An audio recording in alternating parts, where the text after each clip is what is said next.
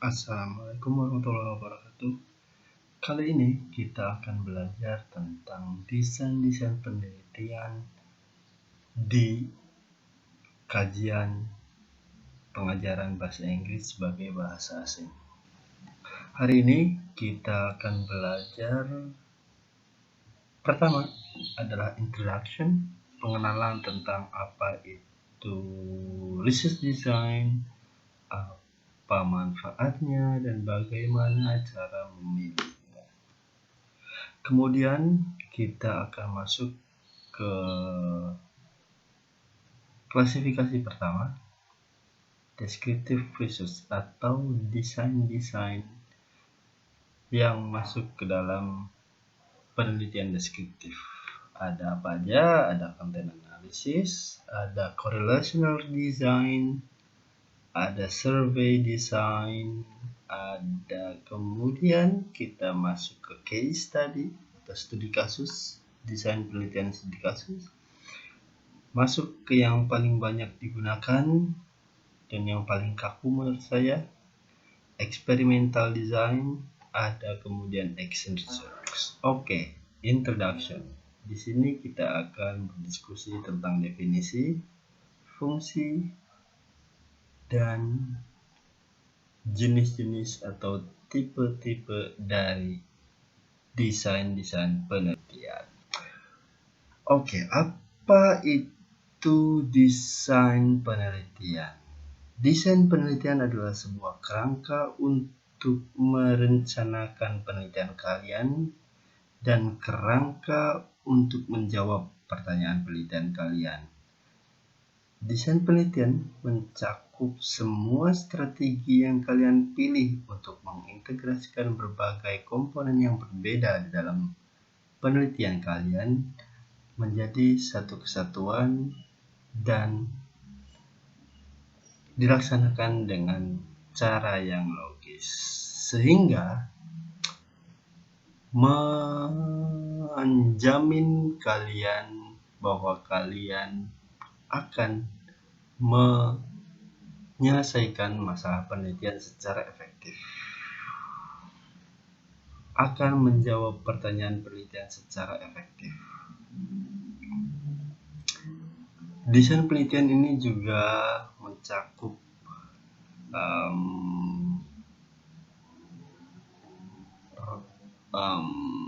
cetak biru atau kerangka atau gambaran besar dari proses pengambilan data, proses pengukuran data, dan proses analisis data. Fungsi dari desain penelitian adalah memastikan bahwa data yang kalian peroleh atau bukti-bukti yang kalian peroleh memungkinkan kalian untuk menjawab penelitian secara efektif dan sejelas mungkin. Desain penelitian ini juga nanti akan memberi batasan mana yang akan termasuk ke dalam bagian dari penelitian kalian, mana yang bukan termasuk bagian dari penelitian kalian. Nah, ini yang paling banyak disalahpahami, bahwa banyak yang memulai penelitian dengan memilih desain penelitiannya dulu, baru menentukan atau merumuskan pertanyaan penelitiannya. Tidak seperti itu. Semestinya penelitian itu berangkat dari masalah penelitian, kemudian kalian rumuskan pertanyaannya apa, baru memilih desain penelitiannya. Nah, diskusi kita hari ini adalah memberi gambaran kepada kalian desain penelitian apa aja, kemudian kalian cocokkan dengan pertanyaan penelitian yang sudah kalian buat sebagai hasil tugas yang sudah pernah kalian lakukan beberapa minggu kemarin. Baik, kita mulai ke klasifikasi research design atau jenis-jenis desain penelitian.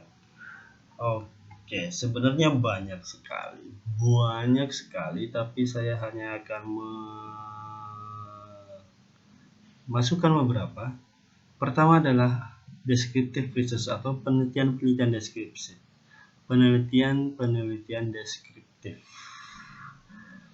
Penelitian deskriptif adalah sebuah metode penelitian yang digunakan untuk menjabarkan, mendeskripsikan fenomena yang sudah ada seakurat mungkin. Jadi, penelitian deskriptif adalah penelitian yang simply capture the picture atau simply record the picture, record what has already existed, memotret yang sudah ada tanpa ada intervensi atau apapun, kemudian kalian analisis dan interpretasikan, kemudian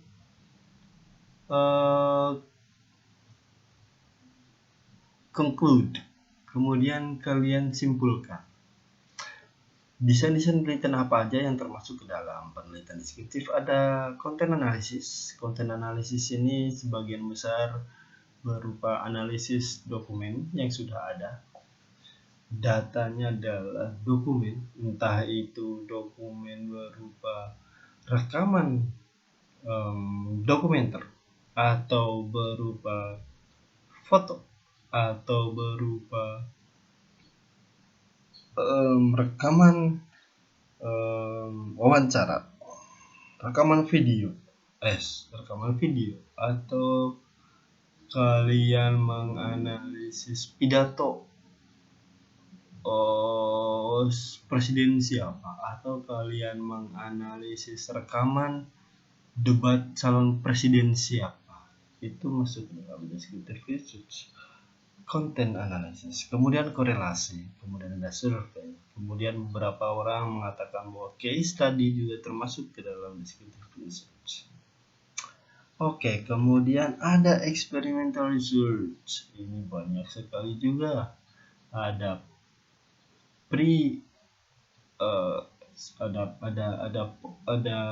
sub classification-nya itu di bawah experimental research. Ada pre-eksperimental, nanti kita akan belajar di pertemuan berikutnya.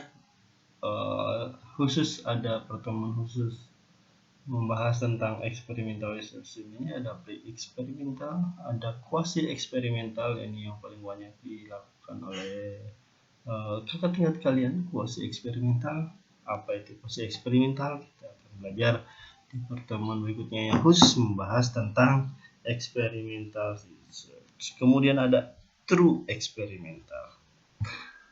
Kemudian ada lagi mixed method research. Beberapa desain-desain penelitian yang masuk ke dalam penelitian mixed methods. Kita tahu bahwa mixed method research ini masuk atau bagian dari pragmaticist paradigm. Di mixed method research ini ada convergent parallel design, ada explanatory sequential design, ada exploratory sequential design, ada MD design, transformation design, and multi-phase design. Tapi kita tidak akan bahas ini di pertemuan kali ini. Kita hanya akan membahas beberapa dari descriptive research dan experimental research, ditambahkan dengan ada action research. Oke,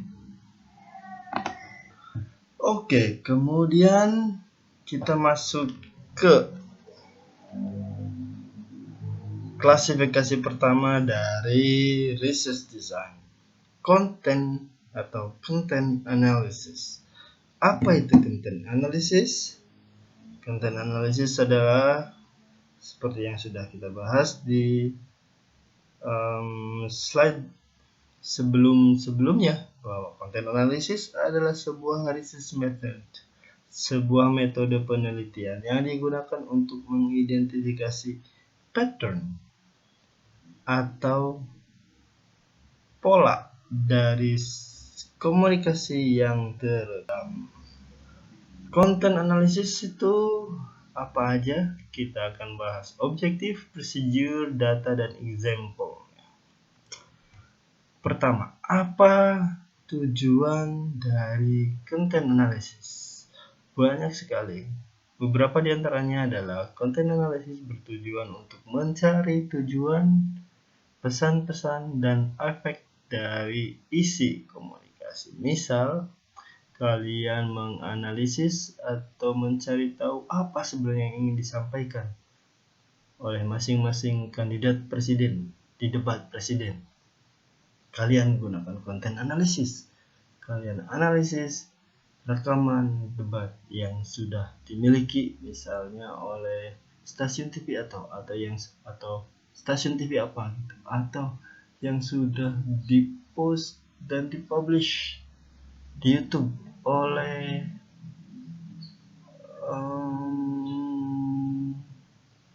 channel apa gitu. Ada juga adalah mengkuantifikasi the occurrence of certain words, phrases, subjects, or concepts instead of historical or contemporary text.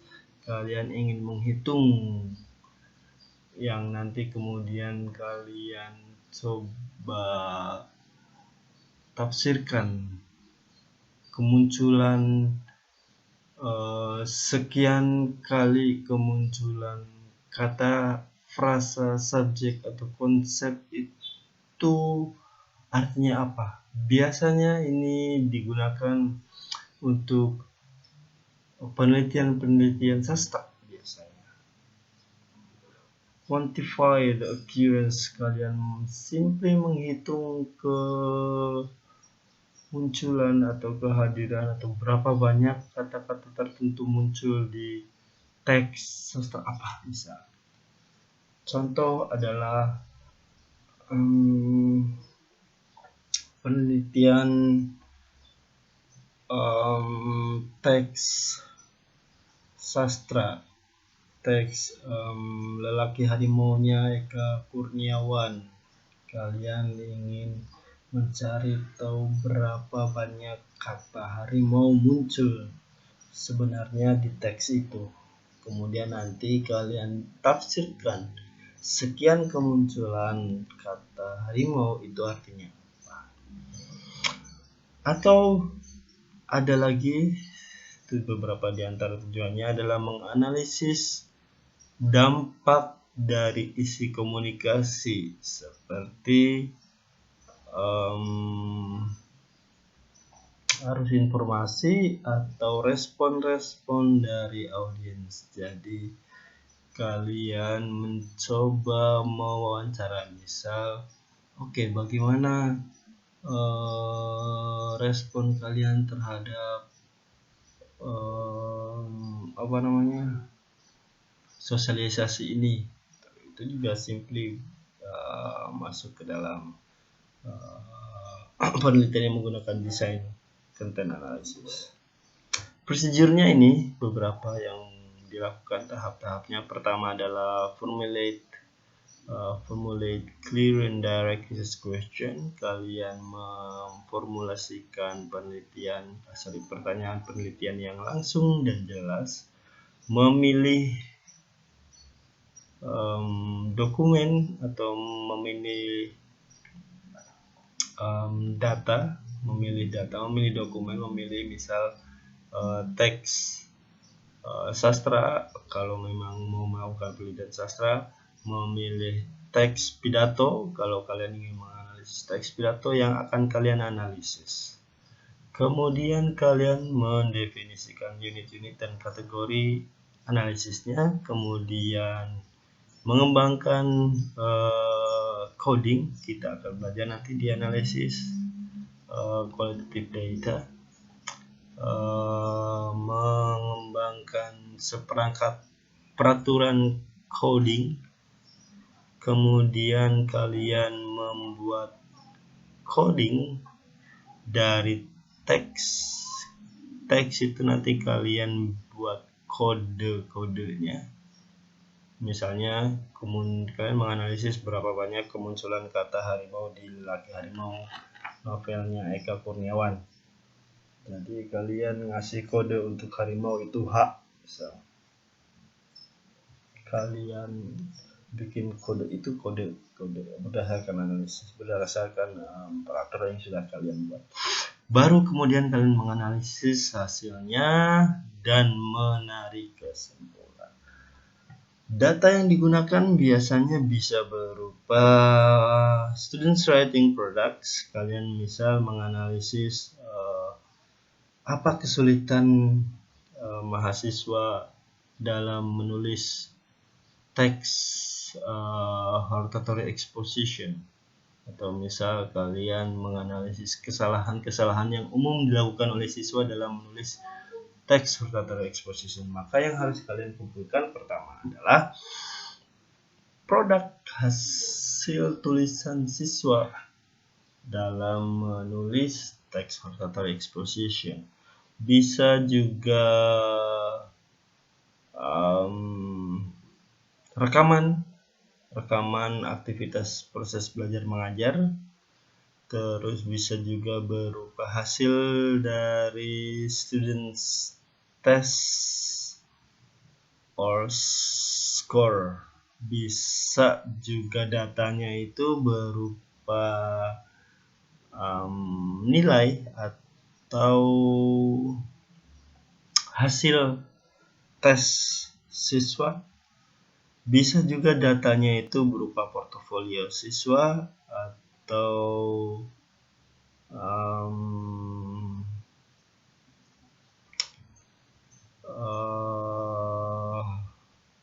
daftar hadir siswa yang sudah ada, atau buku tulis siswa. Kalian analisis buku tulis, misal kalian mencari tahu selama 1 tahun itu siswa kalian apa saja yang siswa kalian tulis di buku tulis kalian. Kalian bisa di akhir tahun mengumpulkan buku tulis kalian, meminjam, kemudian kalian isi situ untuk mencari tahu bagaimana selama ini siswa kalian menangkap apa yang kalian pelajari, apa yang kalian diskusikan, apa yang kalian bicarakan di kelas. Atau bisa berupa instrumen tes yang arsip instrumen tes. Misalnya kalian ingin menganalisis guru-guru kalian membuat tes itu bagaimana, membuat instrumen tes itu seperti apa. Kalian ambil arsip soal tes yang ada misalnya selama 3 tahun. Itu datanya, kemudian ada contohnya adalah salah satunya judulnya seperti ini, grammatical error in students report, content analysis of student skripsi in English education program 2017-2019. Jadi nanti kalian dalam penelitian ini menganalisis kesalahan grammar di teks skripsi mahasiswa yang sudah ada, yang sudah tercetak yang sudah dicetak dan dipajang di perpustakaan. Misalnya kalian pilih beberapa skripsi, kemudian kalian analisis dari mulai halaman pertama sampai halaman akhir ada kesalahan grammar, kemudian kalian kategorikan masuk ke dalam kesalahan jenis apa, itu juga masuk sebagai konten analisis atau penelitian yang menggunakan desain konten analisis. Kemudian masuk ke jenis desain penelitian yang kedua. Ini bisa juga masuk sebagai desain penelitian konten analisis dengan karena ini hanya akan sama, ini juga hanya akan capturing the picture.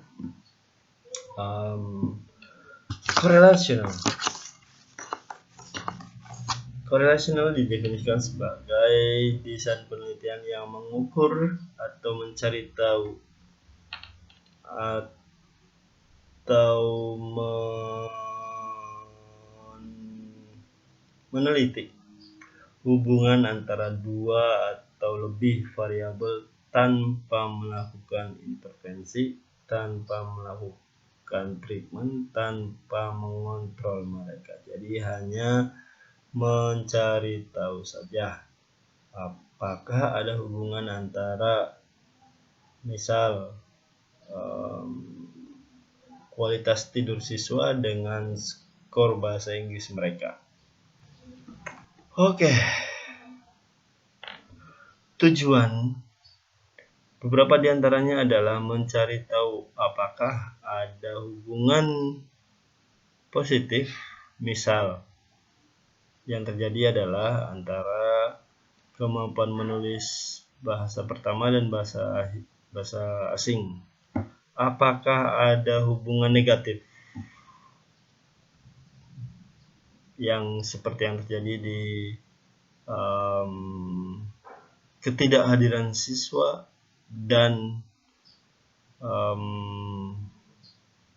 skor mereka di mata kuliah writing 2, ataukah sama sekali jadi tidak ada hubungannya, zero correlation, misal antara ukuran sepatu siswa dan skor TOEFL mereka, without giving treatment to them, tanpa memberikan treatment atau tanpa memberikan tindakan. Jadi hanya mencari tahu saja dua variabel itu, kemudian menggunakan statistical tool tertentu, kalian hitung dan kemudian nanti muncul ada atau tidak hubungannya. Positive correlation adalah ketika contohnya adalah kemampuan menulis bahasa pertama dan bahasa kedua. Jadi banyak penelitian yang sudah membuktikan bahwa ketika kemampuan menulis dalam bahasa pertama itu tinggi, maka kemampuan menulis dalam bahasa asing juga akan tinggi. Itu adalah positive correlation. Sementara negative correlation adalah ketika variabel yang satu itu tinggi, maka variabel yang kedua itu akan rendah. Jadi akan ada hubungan berbanding terbalik. Misal gini, student absence dan their score in writing 2 course. Kita asumsikan bahwa makin besar ketidakhadiran siswa, maka akan semakin kecil skor mereka di mata kuliah writing. Itu dia. Tapi harus ditekankan bahwa memiliki hubungan tidak berarti variabel-variabel tersebut saling mempengaruhi. Baik, prosedurnya ada, pertama sudah pasti adalah memformulasikan pertanyaan penelitian, kemudian memformulasikan hipotesis, kemudian mengumpulkan data baik berupa primary data atau secondary data. Primary data adalah kita mengambil data sendiri, kita mendapatkan data pertama, kita mengumpulkan data, misal menyebarkan angket, melaksanakan tes, dan lain sebagainya. Atau kita mengambil secondary data. Data secondary data adalah data yang sudah ada. Misal kalian menanyakan ke guru bahasa Inggris nilai bahasa Inggris siswa mereka tahun kemarin. Misal itu secondary data. Secondary data adalah data yang sudah ada dan kita hanya meminta izin untuk mengakses dan menggunakan itu untuk penelitian kita. Itu adalah secondary data. Kemudian do statistical analysis, kita melaksanakan analisis menggunakan statistik. Kemudian baru menarik kesimpulan. Itu prosedurnya. Datanya adalah berupa quantitative data, bisa dikumpulkan melalui survei atau bisa menyebarkan kuesioner. Kuesionernya biasanya berupa close-ended, lebih spesifik Likert scale. Likert scale itu yang kuesioner yang pilihan jawabannya itu dari 1 sampai 4 atau 1 sampai 5 atau 1 sampai 6. Jadi misalnya 1 sangat tidak setuju, kemudian 5 atau 6-nya setuju sekali gitu. Itu adalah Likert scale, jadi skala Likert. Nanti jawabannya bisa dikuantifikasi. Oke, contohnya adalah salah satunya students reading habit and their English proficiency, a correlational study.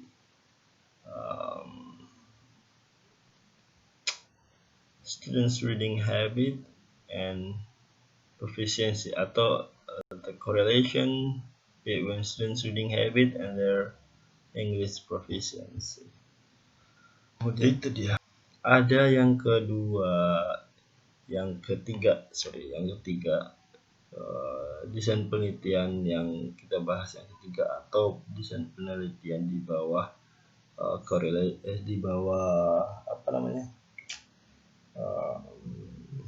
di bawah descriptive study. Yang kedua ada survei. Survei adalah procedure in quantitative research. Ini masuk ke quantitative research, di mana peneliti meneliti survei terhadap sebuah sampel atau seluruh populasi untuk mendeskripsikan, ini dia kata kuncinya, untuk mendeskripsikan attitudes, perilaku,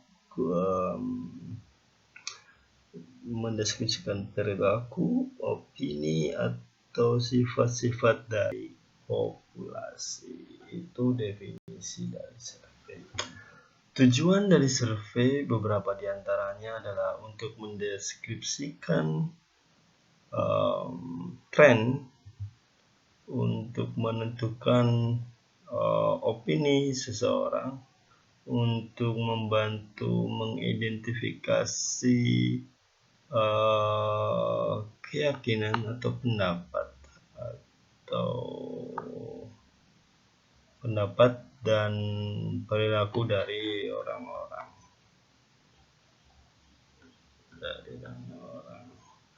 Prosedurnya yang dilakukan dalam penelitian yang menggunakan desain survei, pertama adalah merencanakan surveinya, kemudian yang kedua melakukan teknik sampling atau menentukan siapa yang akan disurvei. Nanti kita akan belajar sampling itu ada banyak, ada random, ada quota sampling, dan lain-lain sebagainya. Nanti di penelitian eksperimental kita akan coba sebutkan satu-satu. Kemudian ada membuat, setelah menentukan siapa populasinya, kemudian siapa sampelnya, dan bagaimana cara kita membuat samplingnya, adalah kita membuat instrumennya. Setelah ada instrumennya, baru kita melakukan survei. Setelah data terkumpul dengan menyebarkan angket atau membuat tes misal, itu kita menganalisis data secara statistik, kemudian menganalisis data secara kualitatif dengan cara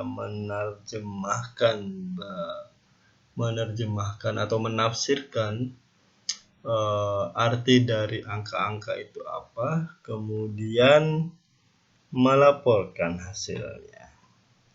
Data yang digunakan adalah semua data pasti yang nanti bisa dikuantifikasi dan dikumpulkan dengan cara bisa menyebarkan kuesioner,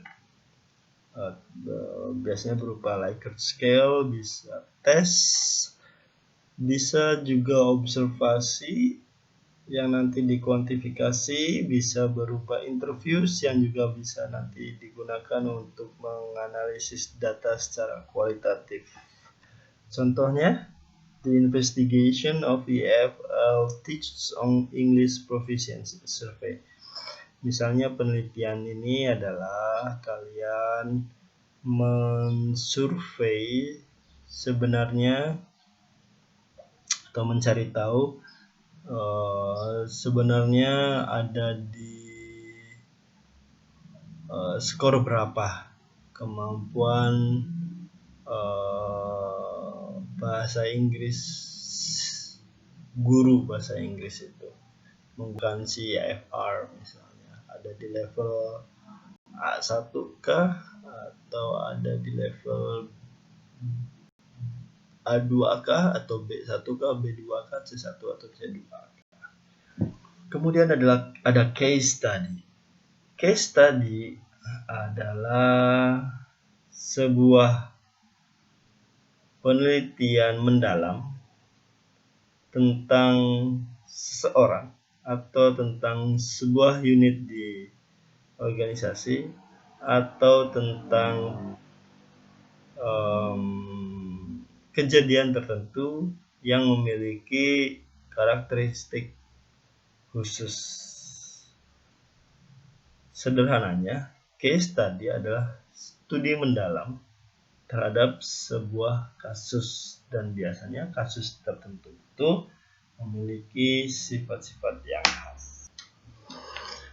Tujuan dari case study adalah bahwa case study ini bisa digunakan untuk menspesifikasi atau menguji teori yang berseberangan, teori yang berbeda, karena case study bagus digunakan untuk menjawab pertanyaan bagaimana dan kenapa, atau untuk meneliti kasus tertentu secara mendalam atau mendetail. Jadi subjek penelitian case study ini bisa berupa hanya satu orang, satu peristiwa, atau bisa apapun yang memiliki kasus yang memiliki ciri khas atau memiliki kasus yang ekstrim. Misal kalian ingin meneliti kenapa misal satu orang ini, bagaimanapun kita cara ngajarnya, seberapa lama, seberapa sering pun, ini tidak juga banyak perubahan terhadap orang itu. Kita teliti lagi, bisa. Oke, prosedurnya pertama kalian bisa mendefinisikan subjek atau objek penelitiannya apa. Kemudian kalian memilih kasus yang akan menjadi objek kajian, kemudian kalian mengembangkan pertanyaan penelitian, kemudian kalian mencari pola dari data untuk kemudian kalian kembangkan isunya seperti yang sudah kalian tentukan di research question. Kemudian kalian melakukan triangulasi data untuk berbagai kemungkinan interpretasi. Triangulasi itu adalah penggunaan beragam data, beragam cara pengumpulan data untuk memastikan bahwa data yang kalian kumpulkan itu valid. Itu adalah cara untuk memvalidasi data yang kalian kumpulkan di penelitian kualitatif. untuk mengantisipasi berbagai penafsiran yang berbeda. Kemudian kalian memilih tafsiran atau tafsir alternatif yang mungkin akan muncul. Kemudian kalian mengembangkan mengeneralisasikan tentang kasus yang kalian jadikan subjek penelitian. Datanya bisa kalian kumpulkan menggunakan observasi, field notes itu catatan lapangan. Bisa juga datanya itu adalah portofolio orang-orang tertentu atau dokumen dari organisasi tertentu, atau bisa juga kalian kumpulkan menggunakan melalui wawancara, atau kalian lakukan focus group discussion atau sama wawancara tapi dalam bentuk kelompok. Oke, contohnya adalah incorporating critical thinking in EFL classroom for senior high school students. Ini contoh dari case study, contoh judul penelitian yang menggunakan design case study. Oke, kita masuk ke jenis penelitian yang paling banyak digunakan di kita sampai saat ini, eksperimental. So what experimental design? Eksperimental itu adalah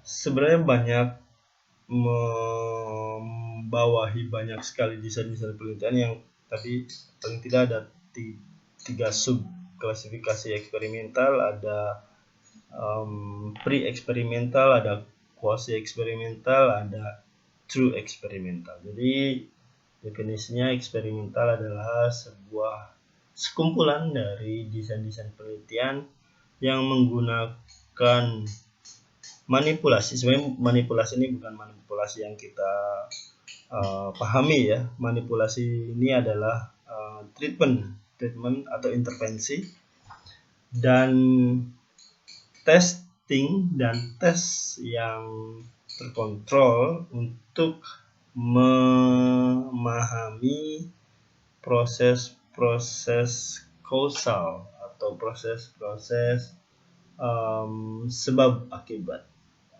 Di dalam experimental design itu mencakup ada sebuah hipotesis, ada sebuah variabel yang dapat dimanipulasi, yang kemudian kita kenal sebagai independent variable, dan variabel yang dapat diukur, dihitung, dan dibandingkan, yang kemudian kita kenal sebagai dependent variable.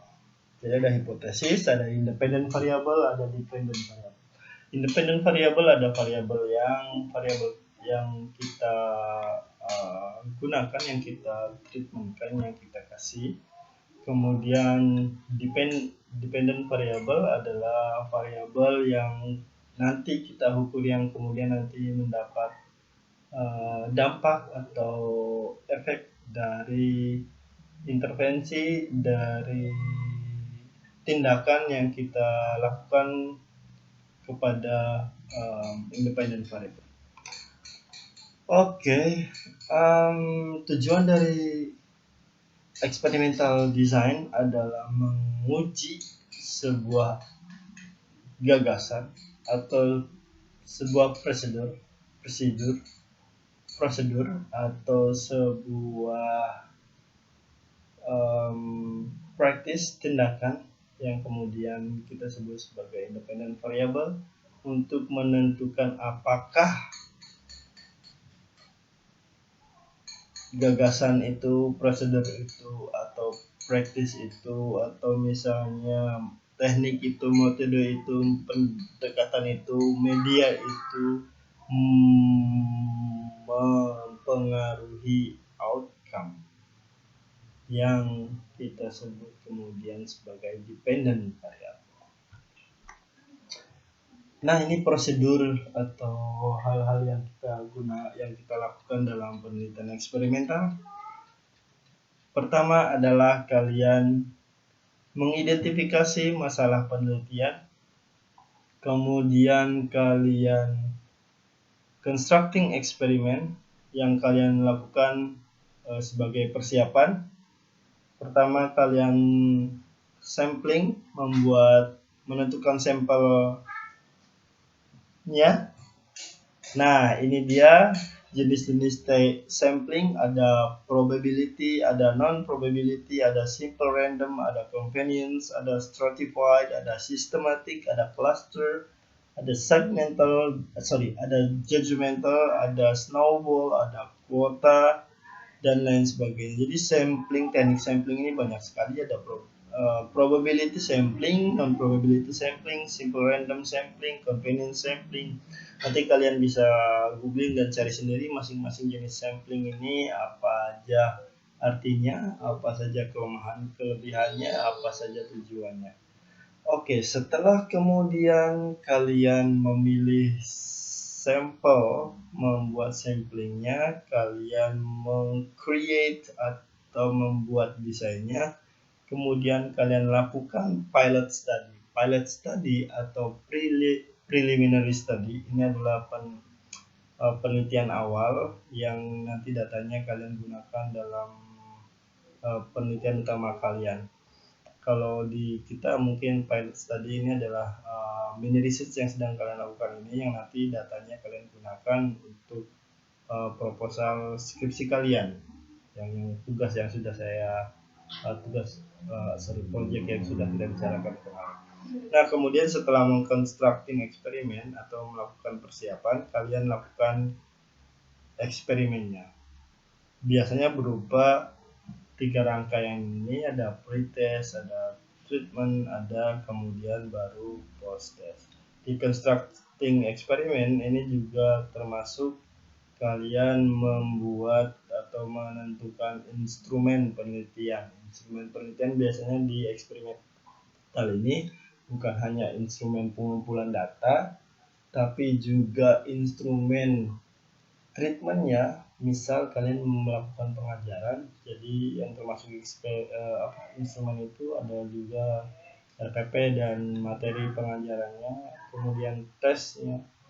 Jadi instrumen dalam penelitian itu ada 3. Pertama adalah instrumen pengumpulan data. Kemudian kalau penelitiannya melakukan ada treatment, ada manipulasi, ada treatment, ada tindakan, maka instrumen untuk melakukan intervensi atau treatment itu juga masuk sebagai instrumen. Kemudian baru yang ketiga adalah instrumen analisis data. Oke, itu dia. Setelah melakukan eksperimen, baru kalian analisis data yang kalian peroleh. Kemudian baru menarik kesimpulan. Datanya adalah bisa berupa semua data yang dapat dikuantifikasi. Bisa berupa data yang kalian kumpulkan melalui closed-ended questionnaire. Bisa berupa data yang kalian peroleh dengan dari melakukan tes, kemudian atau observasi, atau focus group discussion, atau interview. Contohnya, ini ada the influence of incorporating critical pedagogy principles towards students' English proficiency. Jadi kalian nanti memberikan treatment pengajaran yang menggunakan memasukkan prinsip-prinsip critical pedagogy. Nanti kalian kemudian di awal kalian lakukan pretest, kemampuan bahasa Inggris mereka seberapa, kemudian kasih treatment pengajaran yang mengintegrasikan prinsip-prinsip critical pedagogy, baru nanti lakukan post test profisiensi mereka, apakah ada peningkatan atau tidak. Kemudian ada action research atau classroom action research. Di dalam konteks ini kita spesifikkan apa itu action research. Di sini didefinisikan bahwa action research adalah prosedur sistematis yang dilakukan oleh teachers, atau sebenarnya bukan hanya teachers, atau setiap orang di konteks pendidikan, di lingkungan pendidikan,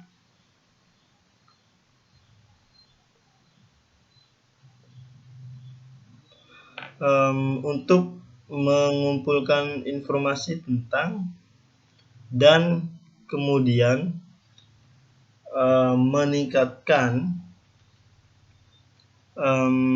yang kemudian ditujukan untuk meningkatkan bagaimana mereka melakukan tindakan-tindakan sebagai bagian dari upaya untuk mendidik atau mengajar. Bisa their teaching atau their student learning.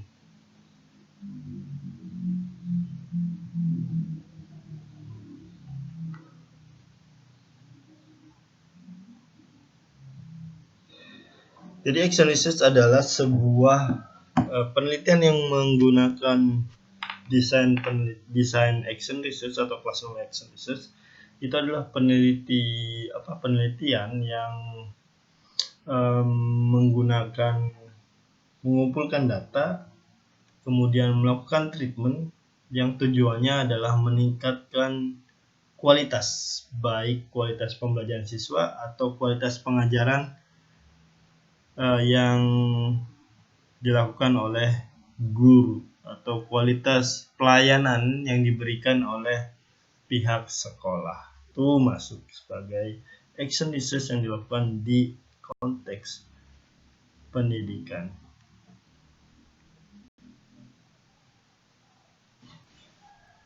Oke, tujuan dari penelitian yang menggunakan desain action research adalah developing a solution to a problem, atau mengembangkan solusi untuk sebuah masalah, atau menyelesaikan masalah-masalah tertentu di dalam sebuah program, organisasi, atau masyarakat. Jadi penelitian yang memang ditujukan atau dilakukan untuk menyelesaikan masalah, salah satunya adalah action research ini. Jadi kalau ingin kalian menyelesaikan masalah apa gitu berkaitan dengan proses pembelajaran atau proses pengajaran kalian, maka lakukan research. Ini kenapa kemudian guru-guru diwajibkan untuk melakukan dan melaporkan penelitian classroom action research sebagai syarat mereka untuk naik pangkat, karena memang tujuan dari penelitian itu adalah meningkatkan kualitas pengajaran yang dilakukan oleh guru. Oke, prosedurnya. Nah, dalam action research ini berupa cycles atau berupa lingkaran. Jadi ada serangkaian kegiatan yang nanti bisa diulang kegiatan tersebut. Bisa diulang cycles atau tahap-tahap penelitiannya itu dengan ada beberapa peningkatan. Itu kemudian kenapa di classroom action research ada cycle pertama, ada cycle kedua, dan cycle ketiga, maksudnya serangkaian kegiatan yang dilakukan di tahap pertama, tahap kedua, tahap ketiga. Yang pertama dilakukan di penelitian yang menggunakan desain action research itu adalah memilih fokus, kemudian clarify theories, mencari teori-teori yang berkaitan dengan penelitian itu, kemudian memformulasikan pertanyaan penelitian, kemudian mengumpulkan data, Dalam pengumpulan data ini termasuk dalamnya adalah memberikan treatment, kemudian ada analyzing the data yang sudah dikumpulkan, ada reporting results, kemudian baru mempraktekkan atau mengaplikasikan perbaikan yang sudah dilakukan dalam proses exegesis. Dan exegesis ini nanti hasilnya adalah berupa peningkatan kualitas atau penyelesaian masalah. Jadi kalau melakukan action research masalahnya tidak terselesaikan, maka penelitian action research itu gagal, bisa dikatakan gagal. Datanya bisa dikumpulkan melalui tes, questionnaire, interview, dan observation. Contohnya adalah improving students critical thinking by incorporating critical pedagogy in EFL. Ini beberapa referensi yang saya gunakan dalam membuat slide dan video ini. Ada pertanyaan? Silahkan kalian tuliskan pertanyaan di kolom komentar, atau kalian hubungi saya melalui nomor telepon dan alamat email ini. Terima kasih.